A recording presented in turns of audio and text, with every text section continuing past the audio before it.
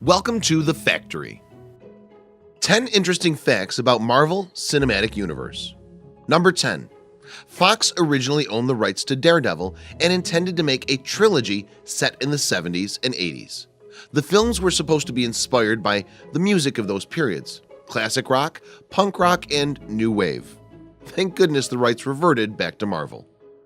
Number 9. Lionsgate nearly made a Black Widow film in 2004. They had planned to give the character superpowers from an experimental suit, and she would have a secret identity as a gardener. Number 8. Marvel originally wanted the Hulk to turn gray under the spell of Scarlet Witch in Avengers. Unfortunately, this idea was scrapped in post-production. Number 7. Before the critical failure of the recent Fantastic Four, Fox was planning a shared universe with the X-Men franchise and the Fantastic Four. That's such a pity. I can imagine that would play well on screen. Number 6. Hugh Jackman once walked around Comic-Con dressed as Wolverine. Sadly, almost nobody recognized him. Instead, people even complained that he was too tall to cosplay Wolverine. Number 5. It might sound crazy now, but Jon Favreau was originally hired to direct Captain America as a comedy.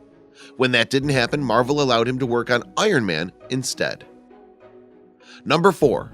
Quentin Tarantino has always shown his love for comic books and superhero characters. Interestingly, he nearly directed a Luke Cage film starring Lawrence Fishburne earlier in his career.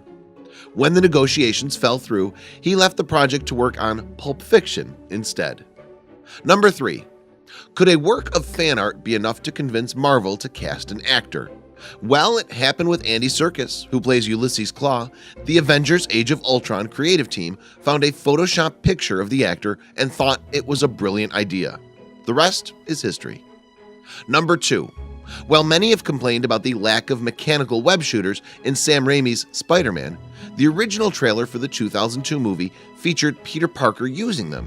At some point, the studios must have decided to get rid of them.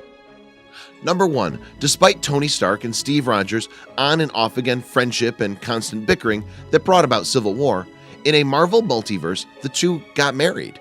Well, not exactly. On Earth 3490, Tony is born Natasha Stark and became Iron Woman. She ultimately marries Captain America and prevents Civil War. Subscribe to The Factory for more videos on facts daily.